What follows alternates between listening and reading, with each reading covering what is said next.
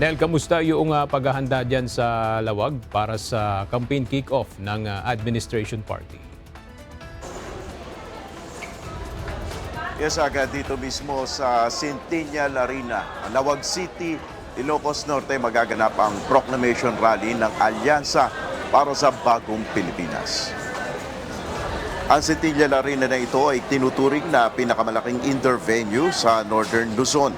Mapapansin na halos handa na ang venue para sa campaign kick-off ng administrasyon mamayang hapon. Mahigpit na rin ang seguridad dito sa Lawag, papasok ng venue at maging sa boundary ng Ilocos Norte. Mismong si Pangulong Ferdinand Marcos Jr. ang mangunguna sa pagsisimula ng kampanya ng mga kandidatong sinusuportahan ng administrasyon.